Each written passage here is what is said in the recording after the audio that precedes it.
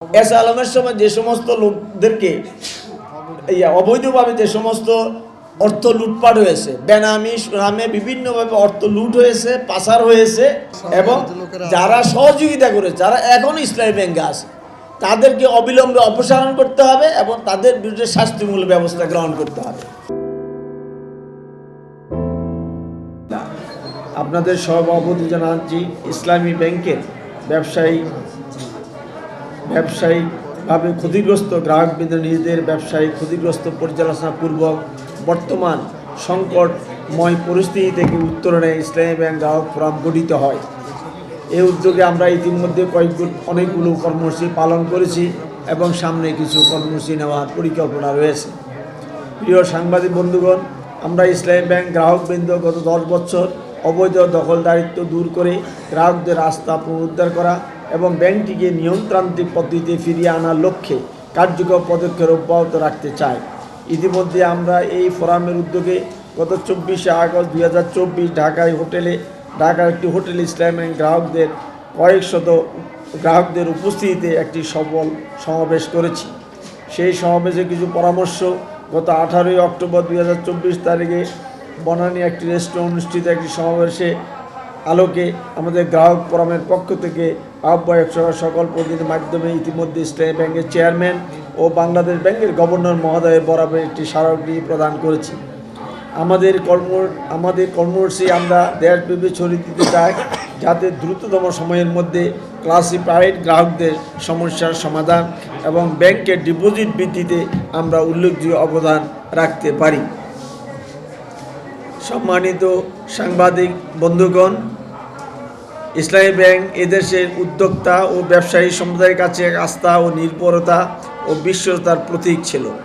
মানসম্পন্ন গ্রাহক সেবা, যথাযথ আইনের ভিত্তিতে ব্যাংক পরিচালনা, দেশের আমদানি রপ্তানি বাণিজ্যের শীর্ষ অবস্থান, ক্ষুদ্র মাঝারি ও বৃহৎ শিল্পে বিনিয়োগ, কর্মসংস্থান এবং প্রবাসী আয় প্রাপ্তিতে অগ্রগামী থাকায় ইসলামী ব্যাংক দেশের গ্রাহকদের আস্থার শীর্ষে অবস্থান করছিল। আমরা এই ব্যাংকে গ্রাহক হিসাবে নিজেদের অত্যন্ত সৌভাগ্যবান মনে করতাম, কিন্তু অতীব বেদনার বিষয় যে পতিত স্বৈরাচারী সরকারের সরাসরি তত্ত্বাবধানে 2017 সালে এস আলম গ্রুপ সম্পূর্ণ অবৈধভাবে ডিজিএফআই এর মাধ্যমে ব্যাংকের চেয়ারম্যান, এমডি ও ডিরেক্টরদেরকে ঢাকায় একটি অভিজাত হোটেলে এনে জোরপূর্বক ব্যাংকের শেয়ার এস আলম গ্রুপের দখলে নেয় এবং ব্যাংকের দুর্নীতিবাজ কর্মকর্তাদের যোগ সাজসে হাজার হাজার বিনিয়োগকারীদের লক্ষ কোটি টাকা লুটপাট করে বিদেশে পাচার করে, যা বিগত 40 বছর ধরে বহু যত্নে গড়ে তোলা ব্যাংকটিকে আর্থিকভাবে পঙ্গু করে গ্রাহকদেরকে পথে বসিয়েছে এবং আমাদের মতো সৎ ও নিষ্ঠাবান বিনিয়োগকারীদেরকে চরম অনিশ্চয়তার মধ্যে ফেলে দিয়েছে। ক্ষতিগ্রস্ত ও স্থবির হয়ে পড়া ব্যবসা ও শিল্প প্রতিষ্ঠানগুলিকে ব্যাংক থেকে যথাযথ সময়ে ওয়ার্কিং ক্যাপিটাল না পাওয়ায় ব্যবসা ও শিল্প সঠিকভাবে পরিচালনা করতে পারেনি, নিয়মিত এলসি করতে পারেনি এবং বিনিয়োগকারীগণ যথাসময়ে নিয়মিতভাবে কিস্তি পরিশোধ করতে ব্যর্থ হয়, যার দায়ভার সম্পূর্ণ ব্যাংকের কর্তৃপক্ষের উপর বর্তায়। অথচ এই সকল বাস্তবে পরিস্থিতির পরও কিছু কিছু ব্যাংক কর্মকর্তা আমাদের সম্মানিত গ্রাহকদের ব্যাংকের টাকা আদায়ের লক্ষ্যে যে ধরনের অমানবিক আচরণ করছে, যা কোনো অবস্থাতে দীর্ঘদিন যাবৎ একজন সৎ নিষ্ঠাবান বিনিয়োগকারী মেনে নিতে পারে না।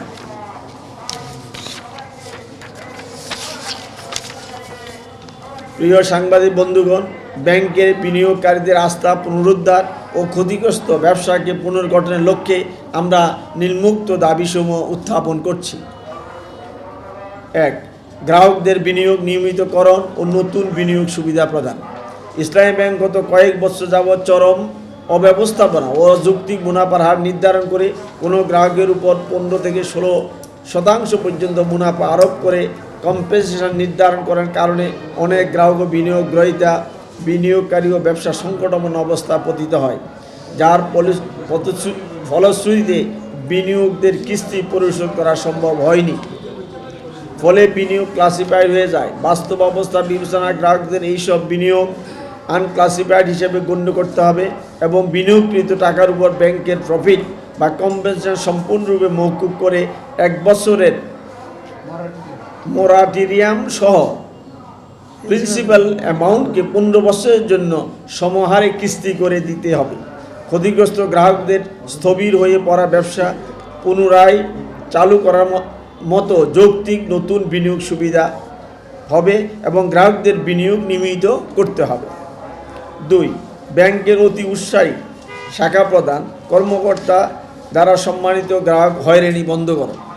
ক্ষতিগ্রস্ত ও স্থবির হয়ে পড়া ব্যবসা প্রতিষ্ঠানগুলো ব্যাংক থেকে যথাসময়ে ওয়ার্কিং ক্যাপিটাল না পাওয়ার কারণে সঠিকভাবে পরিচালনা করতে পারেনি, নিয়মিত এলসি করতে পারেনি এবং বিনিয়োগকারীগণ যথাসময়ে কিস্তি পরিশোধ করতে ব্যর্থ হয়, যার দায়ভার সম্পূর্ণ ব্যাংকের কর্তৃপক্ষের উপর বর্তায়।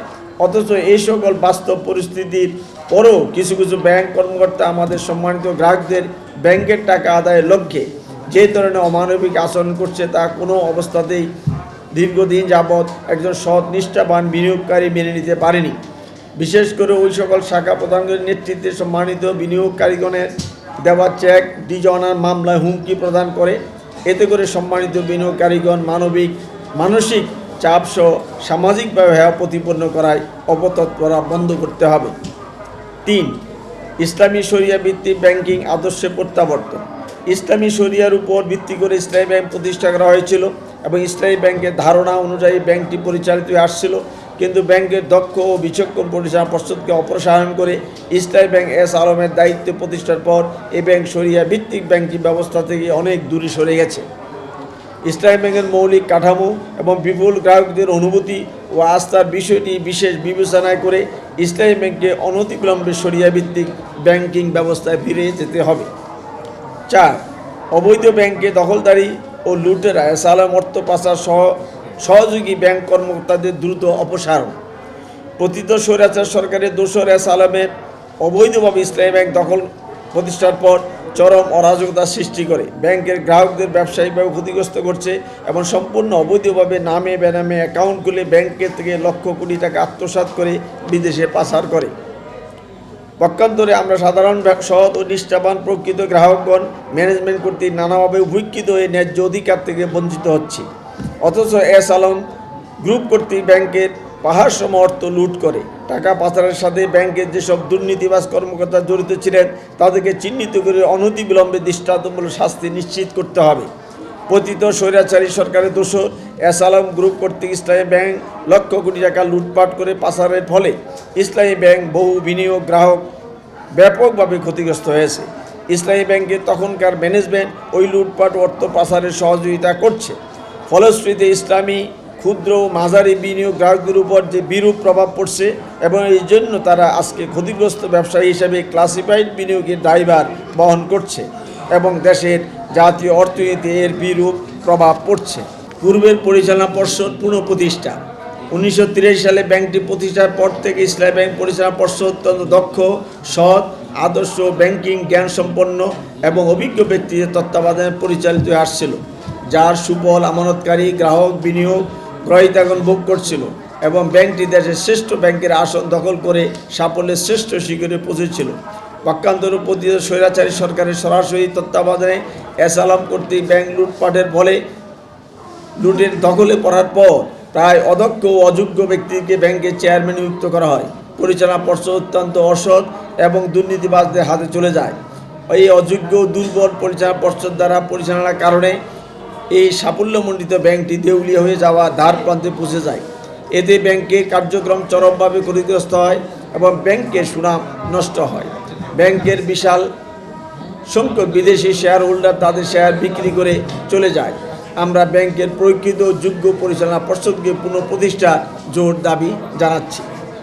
আমরা ইসলামী ব্যাংক গ্রাহক ফোরাম এবং সদস্যবৃন্দ দৃঢ়ভাবে বিশ্বাস করি উপরোক্ত দাবিগুলো যথাযথ দ্রুত বাস্তবায়নের লক্ষ্যে ইসলামী ব্যাংকের দীর্ঘদিনের অনিয়ম ও অব্যবস্থাপনা ও ব্যবসা স্থবিরতা কাটিয়ে গ্রাহকদের আস্থা ফিরিয়ে আনবেন। ইসলামী ব্যাংকের সুনাম উদ্ধারের সাথে সাথে ক্ষতিগ্রস্ত গ্রাহকদের সংকট থেকে উত্তরণের জরুরি ভিত্তিতে কার্যকর গ্রহণ করবেন। গ্রাহক হয়রানি বন্ধ করা, মামলা প্রত্যাহার করা এবং দীর্ঘমেয়াদী বিনিয়োগ সুবিধা প্রদান করে ক্ষতিগ্রস্ত ব্যবসা প্রতিষ্ঠান পুনঃপ্রতিষ্ঠা করে ইসলামী ব্যাংকের বিনিয়োগকারী ও গ্রাহকদের আস্থার সংকট দূর করার ব্যাংকের হারানো গৌরব ফিরিয়ে আনবে বলে আমরা দৃঢ়ভাবে বিশ্বাস করি। দখলে নেওয়ার পরে যারা আমরা প্রকৃত ব্যবসায়ী তাদেরকে ব্যাংক সাপোর্ট দিতে পারে নাই, আমাদেরকে নিয়মিত এলসি করার সুযোগ দিতে পারে নাই, আমাদের ওয়ার্কিং ক্যাপিটাল দিতে পারে নাই। তার কারণে আমরা ক্লাসিফাইডে অন্তর্ভুক্ত হয়ে গেছি এবং অনেকে ওভারডিউ হওয়ার কারণে ফার্দার কোনো ব্যবসা আমরা আগাইতে পারি নাই। এটা কী জন্য ঘটেছে? এটা ঘটে যাওয়ার জন্য ব্যাংক আমাদেরকে আর্থিকভাবে টাইমলি ফাইন্যান্স করতে পারেনি। যখন আমার এলসি খোলা দরকার এলসি খুলতে পারিনি, যখন আমার লিমিট স্যাংশন দেওয়ার কথা স্যাংশন করতে পারিনি, যখন আমাকে ওয়ার্কিং ক্যাপিটাল দেওয়ার কথা দিতে পারেনি। তার কারণে আমাদের হিউজ সংখ্যক ব্যবসায়ী ক্ষতিগ্রস্ত হয়েছে এবং যারা ক্লাসিফাইডের শিকারে, এবং এর প্রেক্ষিতে বিভিন্ন ব্যবসায় বিরুদ্ধে আবার ব্যাংক মামলা করতেছে। মামলা করে এক একজনের এগেইনস্টে 10টা 20টা 30টা 40টা 50টা পর্যন্ত মামলা করেছে। এই জন্য আমরা তো ইচ্ছা করে ক্লাসিফাইড হয়নি, ক্লাসিফাইড ব্যাংকের কারণে হয়েছে। অ্যাসালম ব্যাংকে দুর্বল করে বলছে, ব্যাংকের টাকা দিতে পারে নাই বলে। আজকে দেখেন 2 বছরের উপরে অ্যাসালম আমাদেরকে হয়রানি স্বীকার করেছে। এই 5ই আগস্টের বিপ্লবের পরে যে কমিটি গঠিত হয়েছে, এই কমিটি আসার পরে আজ 7 থেকে 8 মাস এখন পর্যন্ত আমরা আমাদের লিমিটেড স্যাংশন পাই নাই, এলসিগুলো অনুমোদন পাই নাই, আমরা ব্যবসা করতে পারছি না। আমাদের ঋণ 16 থেকে 17% প্রতিদিন কাউন্ট করা হচ্ছে, ইন্টারেস্ট উঠতেছে। আমরা বলছি ইন্টারেস্ট বন্ধ করো, আমরা ইন্টারেস্ট বন্ধ করার আবেদন করেছি, সেই আবেদনও ব্যাংক গ্রাহ্য করছে না। কাজে ব্যাংকের দুর্বলতার অব্যবস্থাপনা বা লুটপাটের কারণেই আমরা এই ঋণ খেলাপি হয়েছি, আমরা ব্যবসা করতে পারছি না। এই জন্য আমাদের দাবি আমাদের যে লোনটা আছে এটা 15 থেকে 20 বছর মেয়াদি দীর্ঘমেয়াদী করতে হবে, ইন্টারেস্টটা ব্লক করে দিতে হবে, কোনো ইন্টারেস্ট চার্জ করা যাবে না, এবং আমাদের এলসিগুলোর পারমিশন দিতে হবে এবং লিমিট স্যাংশন দিতে হবে। নম্বর হলো ব্যাংকের অতি উৎসাহী কর্মকর্তা দ্বারা সম্মানিত গ্রাহকদের হয়রানি মামলা হামলা বন্ধ করতে হবে। তৃতীয় হলো ইসলামী ব্যাংক শরিয়া ভিত্তিক আদর্শে প্রত্যাবান করতে হবে। শরিয়ার এক্সারসাইজ যেটা হওয়ার কথা ছিল অ্যাসালাম দখলে হওয়ার পরে এর থেকে ব্যত্যয় ঘটেছে। শরিয়া ভিত্তিক এটাকে পূর্ণভাবে পরিচালনা করতে হবে। চতুর্থ হলো অ্যাসালামের সময় যে সমস্ত লোকদেরকে অবৈধভাবে যে সমস্ত অর্থ লুটপাট হয়েছে, বেনামি নামে বিভিন্নভাবে অর্থ লুট হয়েছে, পাচার হয়েছে, এবং যারা সহযোগিতা করে যারা এখন ইসলামী ব্যাংকে আছে তাদেরকে অবিলম্বে অপসারণ করতে হবে এবং তাদের বিরুদ্ধে শাস্তিমূলক ব্যবস্থা গ্রহণ করতে হবে। আর 5 নম্বর হলো ইসলামী ব্যাংকের যারা প্রতিষ্ঠাতা তাদেরকে ইসলামী ব্যাংকের কাছে মালিকানা ফিরিয়ে দিতে হবে, এবং ফিরিয়ে দেওয়ার জন্য সরকার ও বাংলাদেশ ব্যাংকের কার্যকরী পদক্ষেপ আমরা নেওয়ার জন্য আহ্বান করছি। আর যারা পূর্বের পরিচালক ছিলেন তাদেরকে অনুরোধ করছি ব্যাংকের 2% শেয়ার কিনে অবিলম্বে দায়িত্বভার গ্রহণ করার জন্য। এই হলো মৌলিক 5টা দাবি। এই 5টা দাবি বাস্তবায়নের জন্য আমরা ব্যাংকের চেয়ারম্যানের সাথে সাক্ষাৎ করে বলেছি, বাংলাদেশ ব্যাংকের গভর্নরের কাছে স্মারকলিপি আমরা দিয়েছি। টিল টুডে আমাদের অবস্থার কোনো পরিবর্তন হয়নি। আপনারা লক্ষ্য করছেন প্রতিদিন, প্রতি মাসে, প্রতি বছর আপনার ক্লাসিফাইড লোন বাড়তেছে। বাংলাদেশ ব্যাংকের তথ্য হিসাব আপনি দেখতে পাচ্ছেন, এটা হলো মূল কারণ। অর্থাৎ ব্যাংক তার আর্থিক সাপোর্ট না দেওয়ার কারণে আমরা ব্যবসা করতে পারছি না, আমরা ঋণ খেলাপি হয়ে যাচ্ছি। তার থেকে বাস্তবায়নের জন্য এই 5টা পদক্ষেপ নেওয়ার জন্য আমরা আপনাদের মাধ্যমে দেশবাসীকে জানাচ্ছি, সরকারকে জানাচ্ছি, অর্থ মন্ত্রণালয়কে জানাচ্ছি, এবং বিশেষ করে বাংলাদেশ ব্যাংককে দৃষ্টি আকর্ষণ করছি ইসলামী ব্যাংকের ব্যাপারে জরুরি পদক্ষেপ গ্রহণ করার জন্য। একটা ক্রাশ প্রোগ্রাম হিসাবে ইসলামী ব্যাংক নিতে হবে, যাতে আমরা যারা গ্রাহক ছিলাম, ভালো ব্যবসায়ী ছিলাম, তাদেরকে কীভাবে পুনরুদ্ধার করে আবার নিয়মিত ব্যবসায়ী হিসেবে সুযোগ করে দেওয়া যায়। এটা হলো আমাদের মূল বক্তব্য। জি, changeTV.press, এক ফোঁটা হলুদও নেই।